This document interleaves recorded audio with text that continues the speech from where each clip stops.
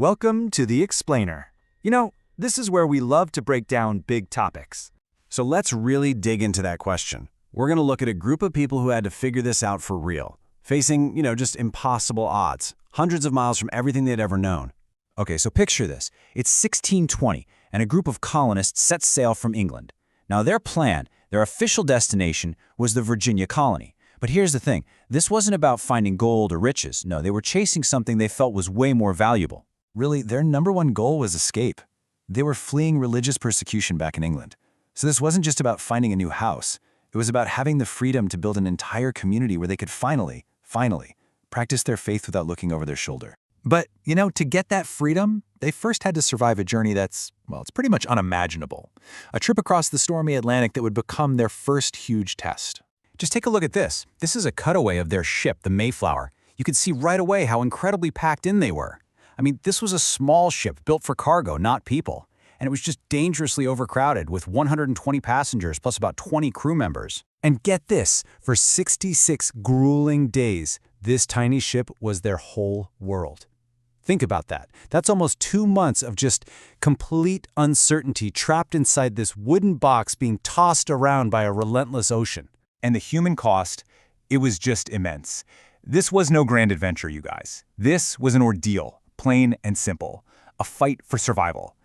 They were dealing with constant storms, disease was spreading like wildfire in those cramped, filthy conditions, and the smell of sickness and even death was just inescapable. So after more than 2 months of that hell, they spotted land.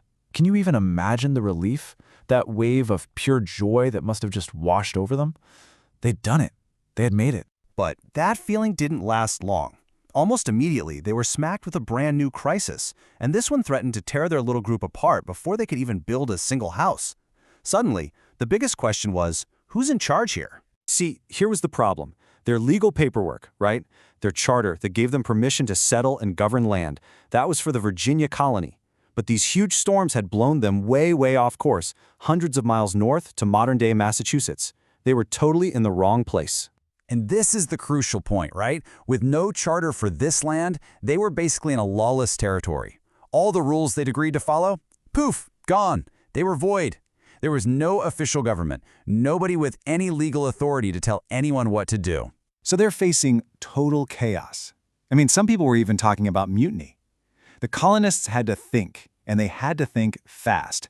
And what they came up with, honestly, it was a radical and absolutely brilliant solution, dreamed up right there on the ship.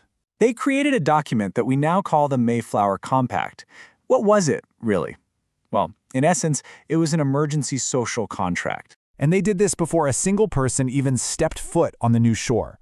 41 of the men got together and signed this agreement. They promised 2 things. 1, to create their own government, and 2, and this is so important, to actually obey the laws that government made. And this quote right here just nails the core idea. The power to rule wasn't going to come from some king thousands of miles away. Nope. It was coming from the people themselves, from the consent of the governed. They were literally agreeing to rule themselves, all for the general good, for their own survival. This was a massive moment, a truly foundational moment. Out of pure desperation, they had accidentally created one of the very first experiments in what we call representative self-government in America.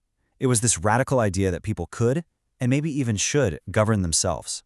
So, when you boil it all down, what's the big takeaway here? The Mayflower Compact isn't just some dusty old document. It was a desperate and brilliant answer to a life-or-death question. It proves that when you're staring into the abyss, when you're faced with total collapse, a group of people can choose order over chaos. And in doing so, they planted this tiny but incredibly powerful seed for the idea of a government by the people and for the people.